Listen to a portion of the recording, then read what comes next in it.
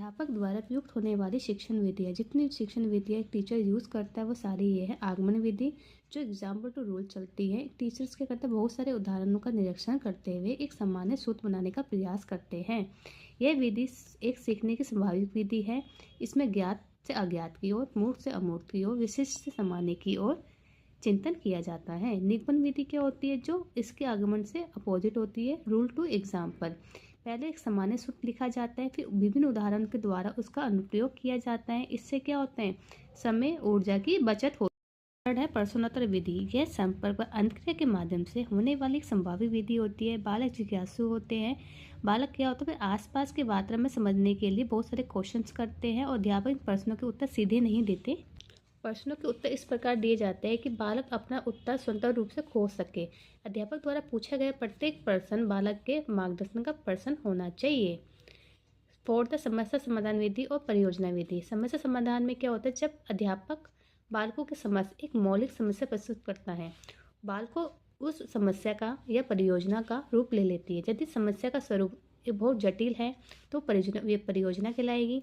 यदि समस्या का स्वरूप बहुत छोटा लघु है तो उसको समस्या समाधान विधि के अंतर्गत रखा जाता है। इसमें क्या है, टीचर्स क्या करते हैं, बच्चों के सामने एक समस्या रख देगी, मौलिक समस्या। अगर वो समस्या जटिल है तो उसको परियोजना विधि कहते हैं, और अगर वो लघु है समस्या तो समस्या समाधान विधि कहते हैं। इस प्रकार इस विधि में अध्यापक की भूमिका बहुत ही कम रह जाती है, क्योंकि बच्चा क्या करता है, स्वतंत्र रूप से उस परिस्थिति में नियंत्रण रखते हुए सहभागिता मतलब एक ग्रुप में उस समस्या का समाधान करता है। वैज्ञानिक दृष्टिकोण से छात्र केंद्रित अधिगम प्रक्रिया में दृष्टिकोण से यह विधि बहुत ही उपयोगी है। विचार विमर्श विधि। विचार विमर्श विधि के अंतर्गत क्या होता है, समस्या और परिस्थितियों को छात्रों के दृष्टिकोण को आमंत्रित किया जाता है। अध्यापक छात्रों को खुले अंत वाले प्रश्न देता है और उस दिशा में निर्देशन भी देता है, और बच्चों के ऊपर बहुत ही कम नियंत्रण कर सकता है, ताकि विचार विमर्श की गति, दिशा और पॉजिटिव बनी रहे। सभी दल लोकतांत्रिक रूप से सहभागी बने रहते हैं। विचार विमर्श में बच्चा कहते हैं विचार विमर्श करता है और जो भी प्रॉब्लम्स है उसका समाधान करता है। प्रदर्शन विधि। प्रदर्शन विधि के अंदर अधिगम प्रक्रिया जटिल होती है। इसमें दुर्घटना का जोखिम भी होता है कि वह उसे क्रमबद्ध चरणों से स्वयं करके दिखाए, ताकि बीच बीच में अध्यापक बालकों को संदेह दूर करता चला जाए। इसमें टीचर प्रदर्शन करता है। अब बहुत सारे जो प्रयोग होता है प्रदर्शन करके दिखाए जाते हैं और बच्चा देख के सीखता है, क्योंकि अगर हम बच्चों को दे दिया है तो जोखिम होता है। कुछ चीज़ ऐसी होती है, प्रोडक्ट ऐसे होते हैं उसको गिरने से बच्चों को चोट लग सकती है। इसलिए प्रदर्शन विधि, प्रदर्शन किसके द्वारा किए जाते हैं, टीचर्स के द्वारा। क्षेत्र भ्रमण। क्षेत्र भ्रमण में क्या आता है कि जो यात्रा का होता है एक उद्देश्यपूर्ण के लिए होती है, उद्देश्यपूर्ण होती है, क्योंकि इसके अंतर्गत बच्चों को अन्वेषणात्मक होता है। क्षेत्र भ्रमण इसी दर्शन का अनुसरण करता है। छात्र क्षेत्र भ्रमण द्वारा प्रत्येक अनुभव करते हैं और प्राथमिक आंकड़े एकत्रित करते हैं। जो क्षेत्र भ्रमण में क्या होता है, बच्चों को बाहर की जगहों में घुमाने ले जाया जाता है, और जो बच्चे ज्ञान लेते हैं प्रत्यक्ष रूप से लेते हैं, सामने देख के लेते हैं, वो जो भी आंकड़े एकत्रित करते हैं वो प्राथमिक आंकड़े कहलाए जाते हैं। उसमें बच्चा जो ज्ञान लेता है एक तरह का ज्ञान स्थायी हो जाता है, क्योंकि बच्चा देख के सीखता है। खोज विधि। यह प्रयास त्रुटि पर आधारित उपागम है। इसमें बालक द्वारा किसी भी समस्या का शीघ्र समाधान ढूंढने का प्रयास किया जाता है। खोज विधि। मोटेंसिटी विधि। मोटेंसिटी विधि यह विधि स्व अधिगम विधि पर आधारित विधि होती है। इसमें बच्चा खेल के द्वारा, हाथ की कलाओं के द्वारा सीखता है, यानी हस्तपरक गतिविधियों से सामाजिक सहकारिता स्थापित करता है।